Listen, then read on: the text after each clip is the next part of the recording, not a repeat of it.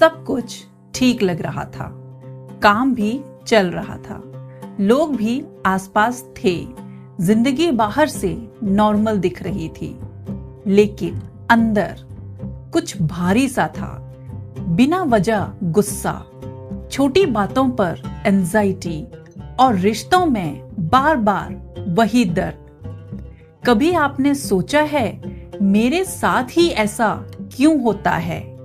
इसी सवाल से शुरू होती है डॉक्टर निकोल लेपेरा की किताब how to do the work. आज रीड टू लीड पर हम बात करेंगे उस काम की जो बाहर नहीं अंदर किया जाता है। यह किताब क्विक हीलिंग का वादा नहीं करती। यह कहती है हीलिंग आसान नहीं है, लेकिन पॉसिबल जरूर है। डॉक्टर निकोल बताती हैं हमारी ज्यादातर प्रॉब्लम्स आज की नहीं होती, वे हमारे पुराने घावों की आवाज होती है। हम ऑटोमेटिक मोड में क्यों जीते हैं?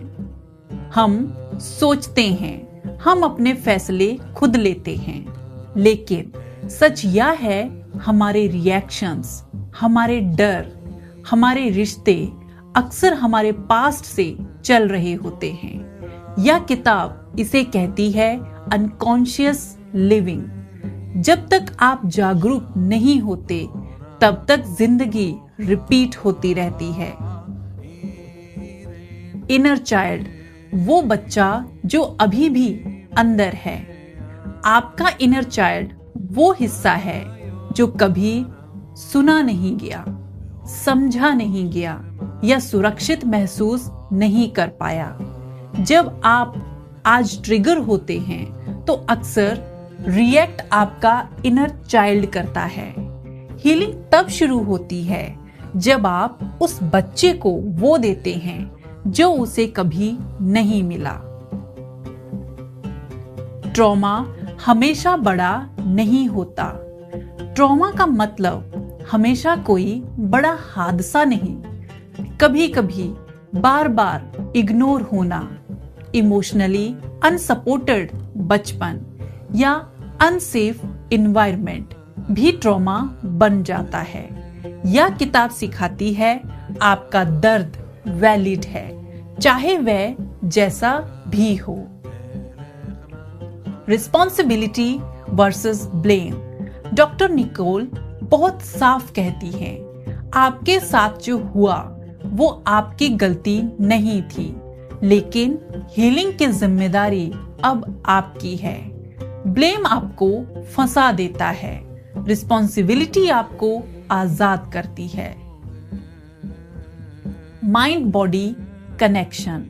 हमारा शरीर वो सब याद रखता है जो दिमाग भूलना चाहता है।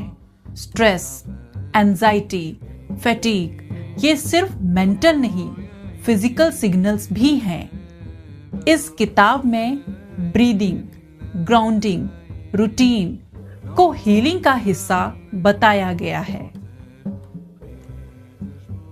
हम अक्सर वही रिश्ते चुनते हैं, वही दर्द दोहराते हैं, क्योंकि फैमिलियर पेन अननोन पीस से ज्यादा सेफ लगता है।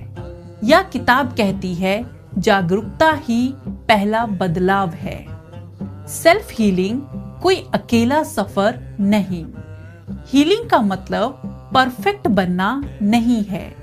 हीलिंग का मतलब है अपने साथ ऑनेस्ट होना, खुद को सुनना और धीरे धीरे बेहतर चॉइसेस करना। इस किताब का सबसे गहरा संदेश, कोई आपको हील नहीं कर सकता जब तक आप खुद ना चाहें, लेकिन जब आप खुद के लिए खड़े होते हैं तो ट्रांसफॉर्मेशन शुरू हो जाता है। तो दोस्तों, how to do the work आपको ब्लेम नहीं करती, आपको जज नहीं करती। यह किताब आपका हाथ पकड़कर कहती है तुम टूटे नहीं हो, तुम बस थके हुए हो।